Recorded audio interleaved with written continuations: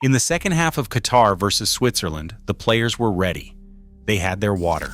They were lined up, standing on the pitch, waiting to play football. And the referee made them wait. Not for an injury, not for a safety check. He held 22 professional athletes still on the grass, a Whitney Houston song blaring over the stadium, the clock ticking, for one reason. Fox had not finished running its commercials yet. That is the World Cup in 2026. A referee holding up a live match, not for the players, not for the game, but so a television network can squeeze in the last few seconds of an ad break. And once you understand why that happened, you understand everything FIFA does not want you to think about while you watch. So let us talk about the hydration break, because that name is doing an enormous amount of work. Here's the rule. FIFA has mandated a 3-minute stoppage around the 22nd minute of each half in every single one of the 104 matches at this tournament. The official clock keeps running through it, which guarantees at least 3 extra minutes of stoppage time every half. Officially, the reason is player welfare and, in FIFA's words, ensuring equal conditions for all teams in all matches.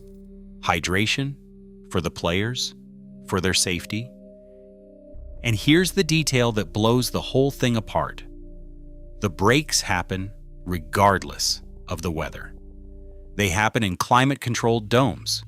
They happen in mild conditions. The tournament opener between Mexico and South Africa was played in Mexico City at 23 degrees Celsius, a pleasant June evening, and the game was stopped at 24 minutes anyway, inside the Azteca, the cathedral where Pelé and Maradona made magic, so that fans at home could watch 180 seconds of a Lowe's home improvement commercial. 23 degrees. There was no heat to protect anyone from. There was only an ad to sell. So ask the obvious question, the one FIFA keeps avoiding. Who is this actually for? Is it for the fans? Almost nobody on earth tunes into a World Cup hoping for more commercials. The entire appeal of this sport is that it does not stop. 90 minutes of unbroken, free-flowing action. No timeouts, no clock stoppages. The thing that makes it the beautiful game. Fans have been mocking these breaks since the first whistle. It is not for them. Is it for the players? In a furnace, sure, a drink in extreme heat is genuinely good for them, and no honest person argues otherwise.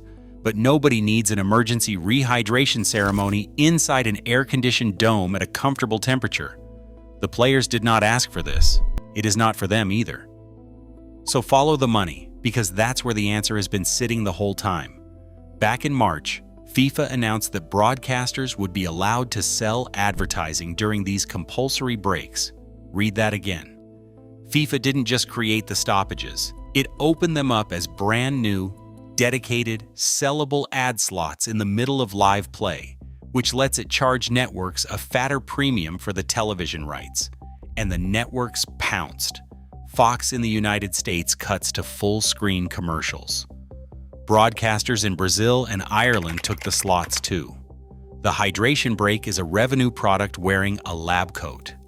And we know it's a choice, because some broadcasters simply said no. In the United States, Telemundo refused to cut away at all, keeping the camera on the pitch, showing the huddles, the replays, the analysis. Broadcasters in Mexico and the United Kingdom rejected the ads as well.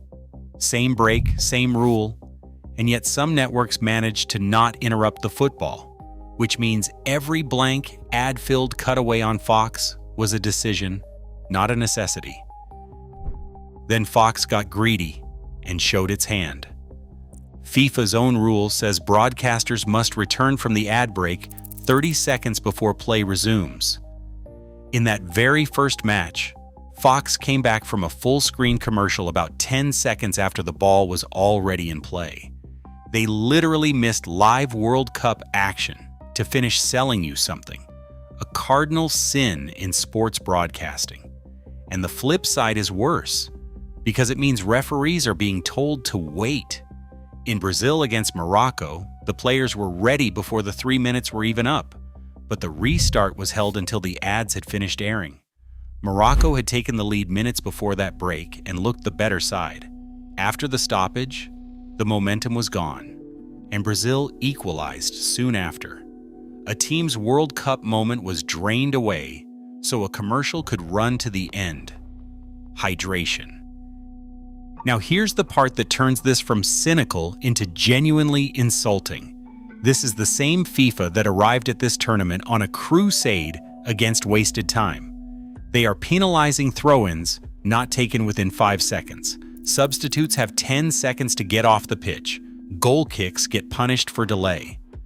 They banned goalkeepers' tactical timeouts.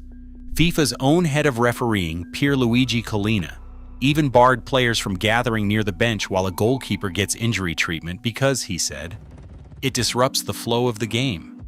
They are policing the match second by second to keep it moving. And then, those same officials drop the single longest deliberate stoppage in the entire sport into the middle of every half, and invite all the players to gather around the coach for 3 full minutes.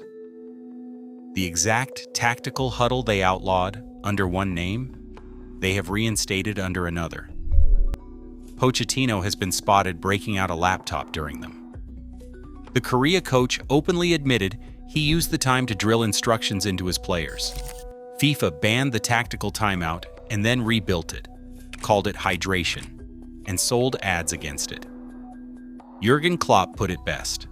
Football, he said, is being held hostage by executives in air-conditioned offices, and these breaks are golden cages for sponsors. Let me be fair, because this channel doesn't pretend. Real heat is real. Some of these games will be played in brutal conditions. Florida is forecasting feels like temperatures around 105 degrees. In matches like that, water breaks are not just acceptable, they're essential.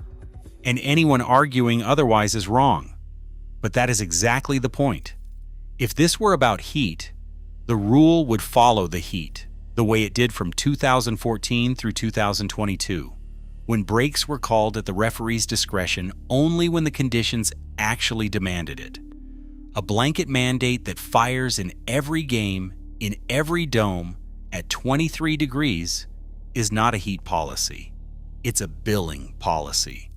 The weather is the cover story. European outlets are calling it the Americanization of soccer, which is darkly funny when you remember soccer isn't even a top 4 sport on American television.